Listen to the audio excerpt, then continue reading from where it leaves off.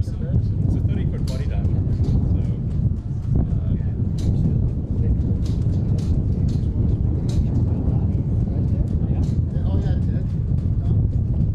So if you look at this display, you can see its power. And you can see sort of what looks like smoke, but that's actually gaseous oxygen. That's the Starship, and you can see the launch arms are wide.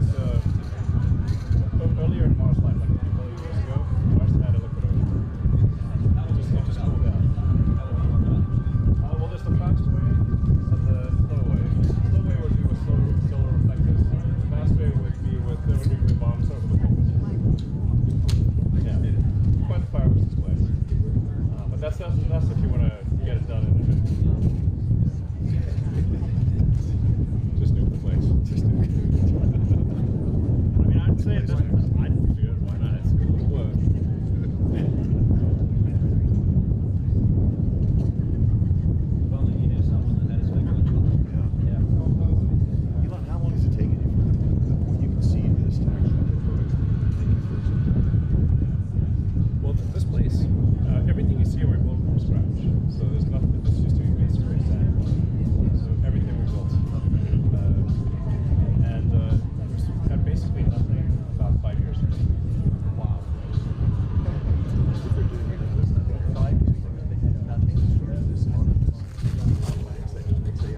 Yeah, AI. Most powerful supercomputer AI.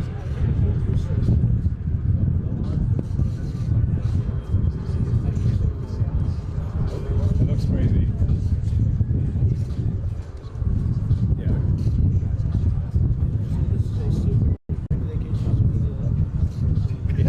Because they're still counting votes in San Diego. Seriously. You know what they're counting votes still in Pennsylvania? That's pretty absurd. So that's kind of what the inside of the factory looks like. So you can see that. Yeah.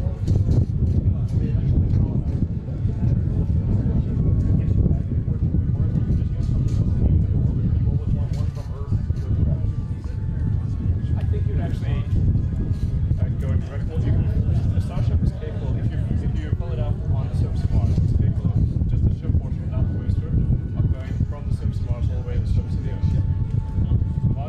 Mars's gravity is only 40% out of Earth, so it's much easier to, like, dramatically easier to use the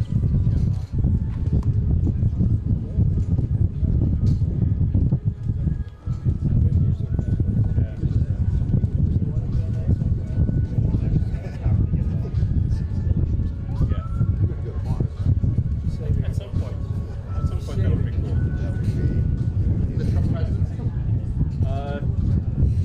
That would be a risky move. I think we want to mine here. Yeah, no, we can't let him go.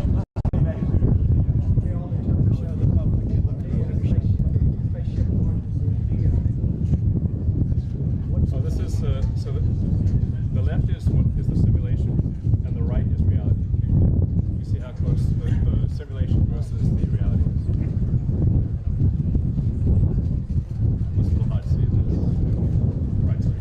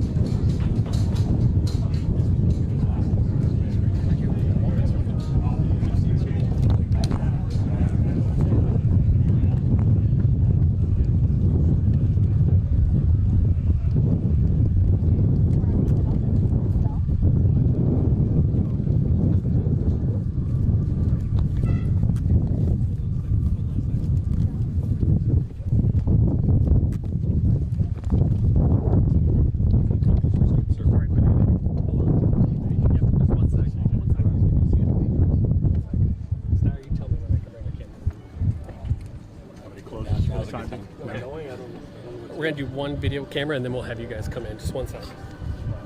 Can you point to me? It doesn't. Oh, great.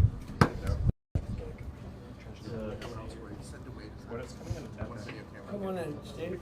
Come. Mr. Wickle. These are envoys of the Middle East. We have to take good care of them. Bryson. So when it's coming in from Good to see you. it's counterintuitive how it flies. Tight. So what you're trying to do is break.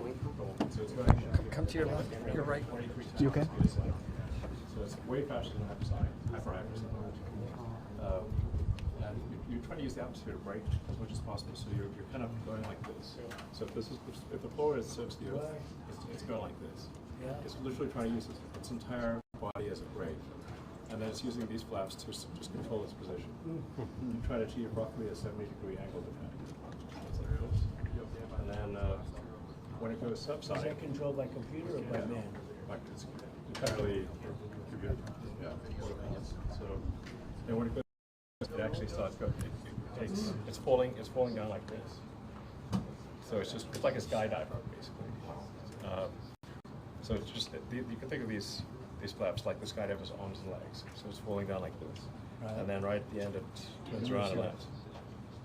How hot is it? Like 2,000 degrees. Very hot. What's the surface? How do you Extremely use the hot. surface to work? So it doesn't melt. What's on the surface? So if you see those black tiles over Yes. there, we're looking at the leeward side of the rocket. So the other side, the windward side, has those black tiles below those.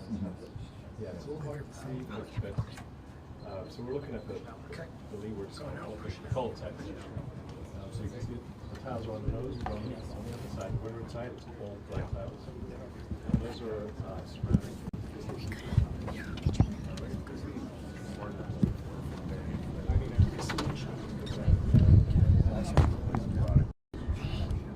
Yeah, I'd say this is the same toughest technical base because no one has ever solved that. Where you can the shuttle required like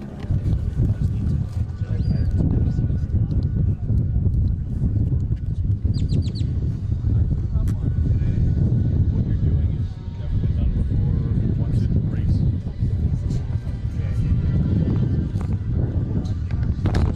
Don't worry about it. Don't worry about it. What you want in the perfect world, you're going to have a rocket that takes off and lands in the exact same place, and it has basically abilities that you plug in that allow you to refuel. So you want to treat rocketry like an airplane, right? Like the analogy is like if you fly from New York to way to just like 47, you do that trip very often. And so like no one has approached rocketry like this before. But what the military tried to grow up for 4 years ago, you know, a couple of attempts, and Interest was abandoned, and then the space shuttle had its own, so it wasn't really not rapid, super small. And so this vehicle today is about 1.5 times the size of the sun. So all the red powers strapped to the motor, it'll lift off, and it'll separate. That first stage on the back, after about 8 seconds, go separate to some guidance on the back. It'll be loud, and it'll be exciting because it's an engine. And then it's going to flip. And then we have these chopsticks we call technical terms. Oh, we heard Trump tell the story. Yeah, exactly. Right. Yeah, I heard that on the. We were flying somewhere. I don't remember where it was. Yeah. When it all happened successfully. Yeah. Showed him on the plane. Yeah. And he was just like, wow. When he's told the story about it. I've never seen him more excited about anything. Yeah. The cool part is where he's telling the story Yeah. for about a minute and a half, and it's actually showing it come down. You know, till its conclusion. He told the story at his last rally and at his acceptance speech. Literally. Oh, You know, with he was telling it, you know, he ran. yes, It was crackers. Yeah, that's incredible. So it'll cradle it, it'll bring it down, and then hopefully we'll do that again today. We'll have about 30 seconds before we bring it into determine the safety. Like, so there's a chance that we won't try it. That's always the case. But assuming you do, you'll land there. And then the second stage, we'll go around the Earth, and we're going to get in space, and the engines will turn off, and then we're going to relight the engines, which is what you do for what they call long coast missions. So it's practicing that, and then we're also going to open on the upper stage. There's satellites, so we're going to practice that, and then that'll come back through the atmosphere and land in the ocean, and that'll be it. And that's very cool stuff. Yeah. Well, this is our during this term here, Americans to the moon, right? So like, we'll get that done. We're working really hard. To get us to Mars too, right? You have to do it by 4 years. 4 years to do it. Yeah, we're able to do it. We're like hell. So how long is the preparation for today's? And I know everything prepares. Yeah. Roughly 30 minutes. So you were able to do it that. So you'll see later on today, so we'll go back to the Starbase. We have a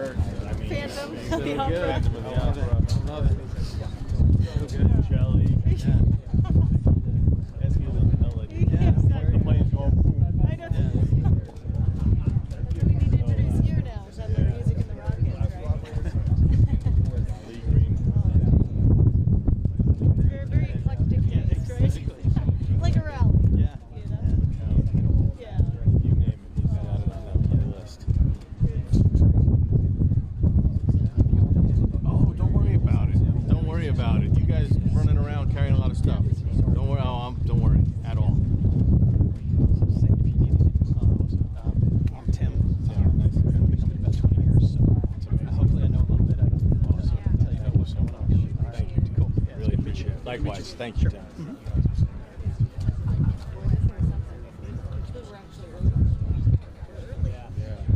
You ready? You got to like, yeah. Barbecue.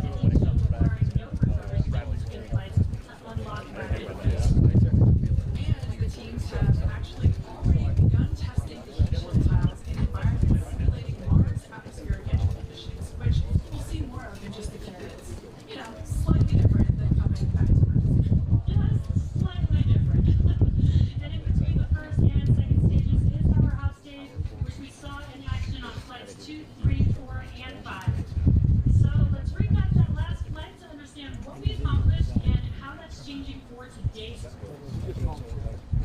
On October 13th, Starship successfully lifted off at 7:25 a.m. Central Time. Gorgeous sunrise and Ascent that was very quickly followed by the hot stage celebration here, as well as multiple previous Starship flights. The booster then performed a flip maneuver, boost back burn, and then jettisoned that hot stage, which you see there. The booster then performed its boost back burn, which brought it back on the trajectory to the launch tower back to the Orbital post. We can see here, you can see the booster descending through the Earth's atmosphere.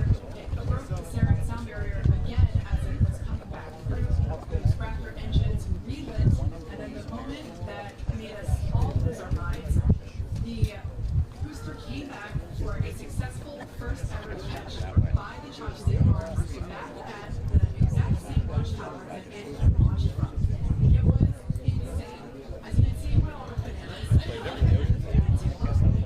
That was interesting to get on criteria had been met, and the entire Starship team succeeded on the first attempt.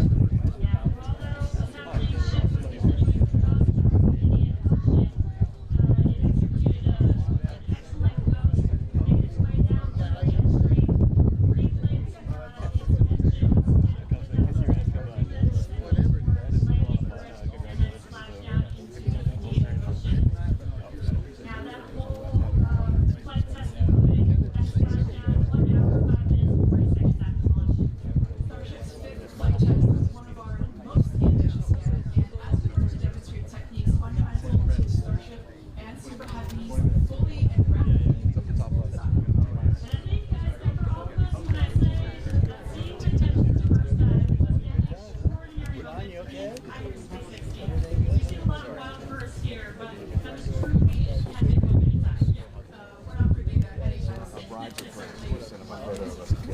Now, today's mission profile is very similar to Flight 5, but there are some differences that we've made incorporated as we prepare for future moves.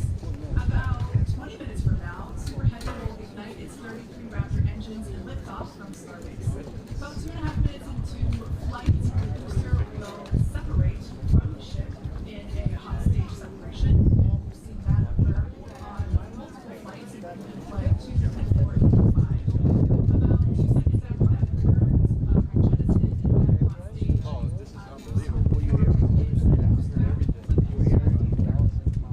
Once again, look to return to the launch site for a catch by the tower structure.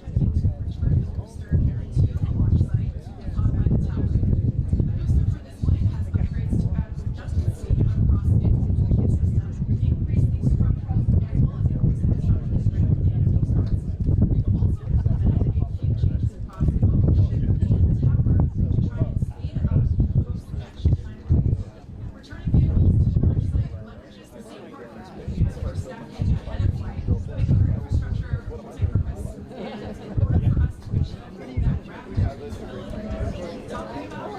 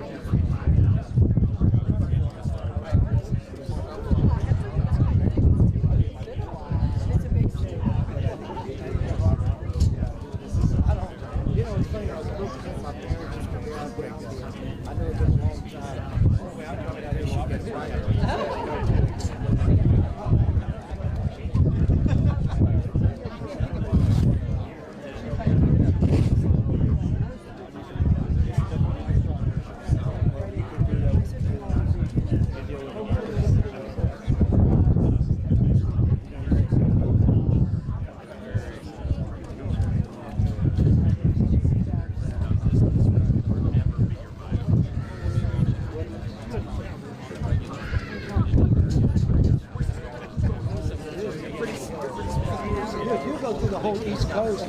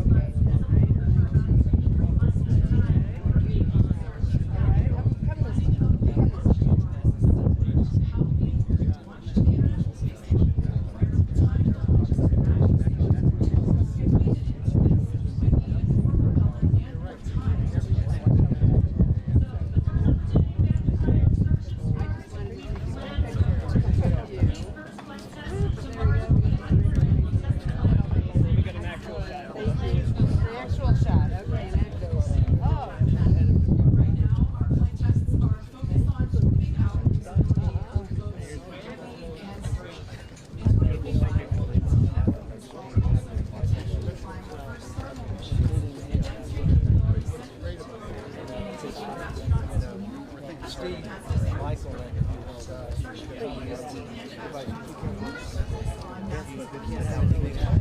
no, definitely not. That's why I get rid of it. Definitely happy.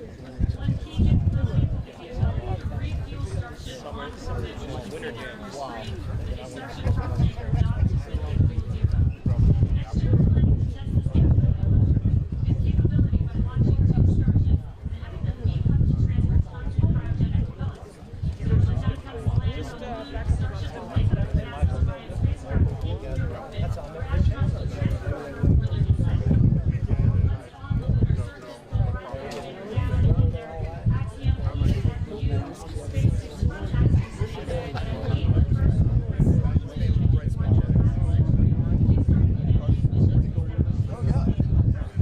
I see a shuttle launch.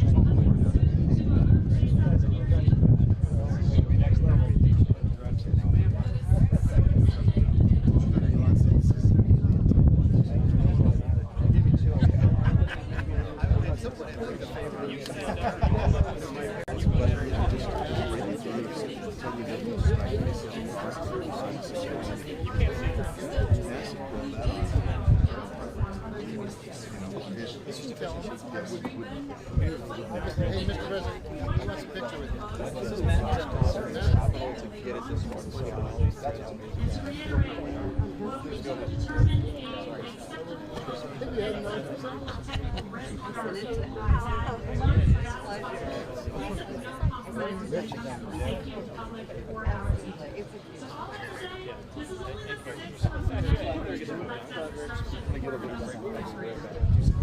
We tend to do our testing out in the open, just like today. People sometimes say our hardware doesn't perform as intended during testing, and that's okay, because this is exactly what we are testing for, to physically see if hardware performance matches what we expected. Starship development is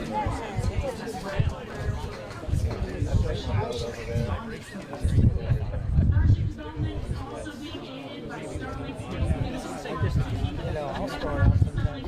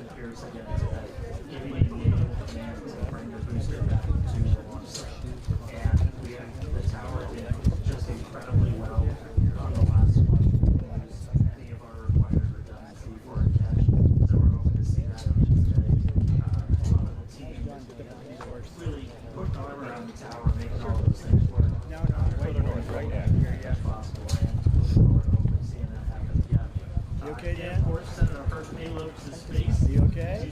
Not a bad life. This powerful man in politics. Got my code. I didn't say it. It's almost like you have a Twitter password. I've had it with him. He hates it.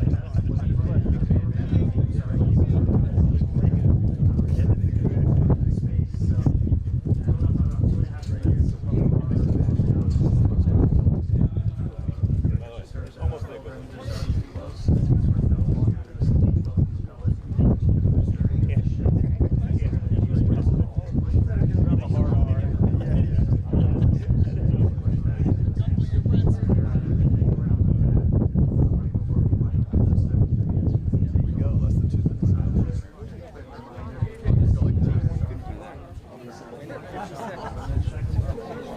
This is exciting.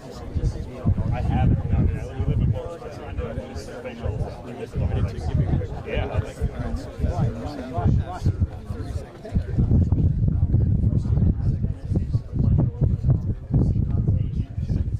How far is that? What kind of altitude are you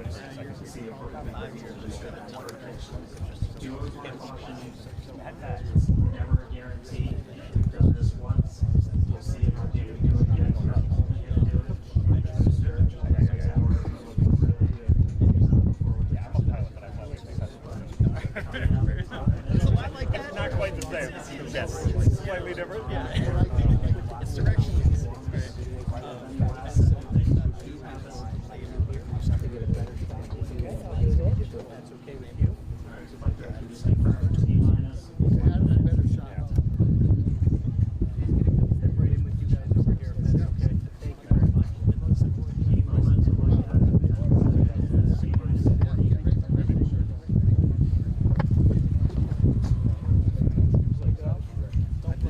Yeah.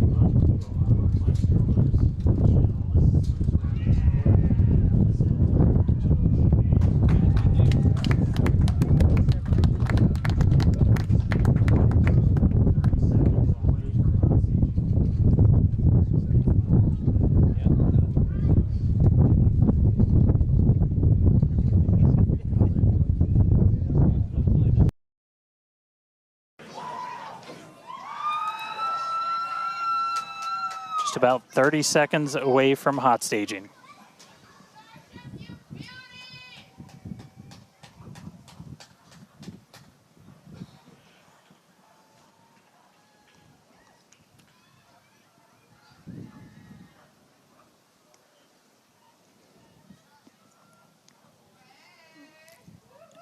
And we heard the tower is go for catch. Booster engine cut off. The return flag is set for true. Ship engine start up. Stage separation. All right, hot staging confirmed. 6 out of 6 lit on the ship. Booster boost back going. We heard that we are go for catch. Kate, Jesse, take out the views. Hopefully I got a booster coming home real soon. Wow, from our view here, Dan, great views of planet Earth behind that super heavy booster. Right now it is performing the Ship boost back burn. Phenomenal. Good news there, telling us that the pressures inside the ship are good. That is the second stage, or the upper portion of the vehicle. Follow along with the telemetry on the bottom of your screen. Yeah, booster is currently, super heavy is currently in its boost back burn. This boost back burn. Avionics power and telemetry nominal. This boost back burn lasts just a little bit over a minute, so we've got a little, approximately 30 seconds left. We've had shutdown of that boost back burn. Up next will be hot stage jettison. The view from the camera on the left, or from the booster on the left-hand side of your screen, and then tracking cam there on the right-hand side of your screen. We'll see those grid fins. Booster offshore divert. And we can also see that the hot stage has been jettisoned. Yes, visual confirmation of that there on your screen, which is great. Now the next... Starship is following a nominal trajectory. The next step for booster is going into that landing burn. Again, it'll light up 13 of those engines and then pare down to 3 engines right before booster catch. All right, now just real quick, we did hear the call out, booster offshore divert. Unfortunately, that means that we are no-go for the catch. As we said before, both the tower and the vehicle, as well as the operators on console, have been actively evaluating the commit criteria for that return to the launch tower. And unfortunately, we did not have a pass on those commit criteria. So we are no-go for tower catch. And we did mention that we're constantly evaluating the criteria for catch. There's a lot of things that need to go well in order to line that up. Unfortunately, today we will forego booster catch today. But what you're seeing on your screen is ship currently making its way towards the Indian Ocean, still looking good so far. Exactly. So views there of the booster on the left-hand side of your screen, views of the ship on the right-hand side of your screen. Now, we said before that it was not guaranteed that we would be able to make a tower catch today. So while we were hoping for it, like we said, it was pretty epic on attempt 1, but the safety of the teams and the public and the pad itself are paramount. So we are accepting no compromises in any of those areas. Exactly, and we're still going to get a lot of good flight data with booster even, but especially with ship. Again, we have an additional objective today to do an in-space relight of a Raptor engine, which again will help us set us up for being able to do deorbit burns, which is... Ship chamber pressure is phenomenal. Which is important for orbital flights. And what you're seeing on your screen is a view from Super Heavy as it's making its way back down to Earth. Yeah, once again, we are attempting an offshore landing of the Super Heavy booster. So we have seen this before, and it is still very fun to watch, watching it come down for a soft splashdown off the Gulf Coast of Texas. We can see it there re-entering. We saw earlier those grid fins. There are 4 hypersonic grid fins. Or we can see that the landing burn has begun on the Super Heavy booster. And same pattern, 13 engines will light, gone down to 3 just as we expected. And what an incredible view of splashdown that we got today of Super Heavy. Yeah, I'm sure the buoy cam views will be pretty awesome once again. So we'd like to confirm a water landing once again for the Super Heavy booster. Congrats to the SpaceX team for making that milestone as well. Now, ship continues to look good. We can see that it is, while all of that was happening, the crowd here in Hawthorne continuing to react to all these amazing views that we're getting. The next milestone is... Starship is in terminal guidance. Great news there.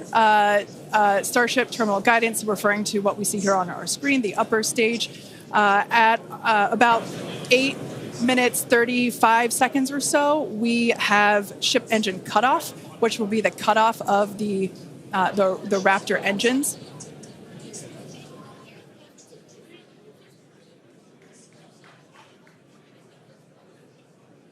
We can see on our screen ship giving us some incredible views brought to us by Starlink.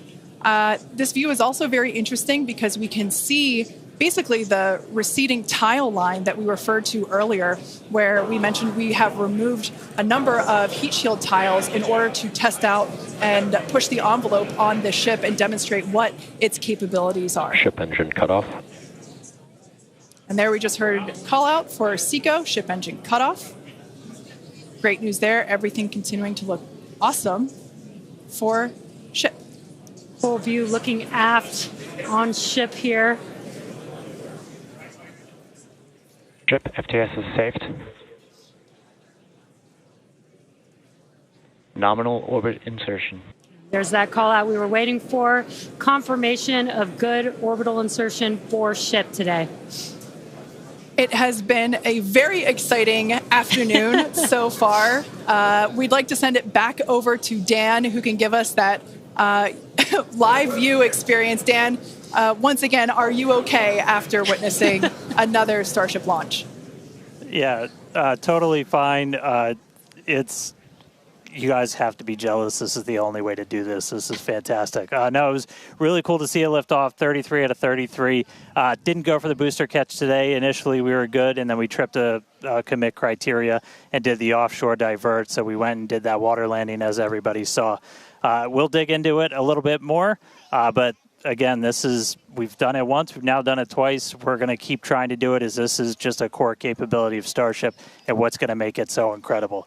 There's a lot left. We're just about almost 10 minutes into this flight, so about 50 plus minutes still to go. Ship nominal orbit, so it's on its way around the planet. It's going to attempt to do an in-space burn. We're going to light one of those Raptor engines, the sea level ones in the middle, just to help demonstrate that we can relight in that microgravity environment. Really critical for deorbit burns as we start to do some orbital missions in the not too distant future. And then following that, we'll see a ship entry, maybe a splashdown. As you guys said, we're really going to be pushing ship on this one. We're pretty much intentionally putting it in places where we expect it might not do so great, and all that's to try and help us learn, see if we were a little too conservative, and then maybe that opens up more capability for when we start catching them. But I'll check back in with everybody in a little bit. I'm going to tune in and watch the ship fly around planet Earth, and hopefully we see it re-entering in the not too distant future. Back over to you guys. Thanks, Dan. Development testing, by definition, is unpredictable, which we saw with Super Heavy splashing down in the Gulf of Mexico today, but that is exactly why we test. As is standard for these tests, the area around the pad and along the flight path was cleared prior to launch, and we expect the road and beach to remain closed until further notice. Yeah, testing development flight hardware in a flight environment is what enables our teams to quickly learn and execute design changes and hardware upgrades to improve the probability of success in the future. Please do not attempt to approach the booster in the water for your safety as well as for that of our team that will be working on recovery. Now, we are going to continue, though. The mission is not done. Exactly. The mission's not over. Ship is still coasting. But it has been nonstop since liftoff, and with the booster having completed its job for the day, we are going to take a short break for the next 35 minutes or so while ship continues to coast before re-entry. Now, as with previous flights, Starlink may enable us to talk to the ship through re-entry with no communication blackout. Now we are still testing Starlink during this phase of flight, so nothing is completely certain. Yeah, so if we do have views, we will be sure to bring those to you live. And of course, one of those views include that of our, as we said before, surprise payload, the Banana. And we are looking forward to it. So we're going to come back in a few minutes, around T plus 35 minutes.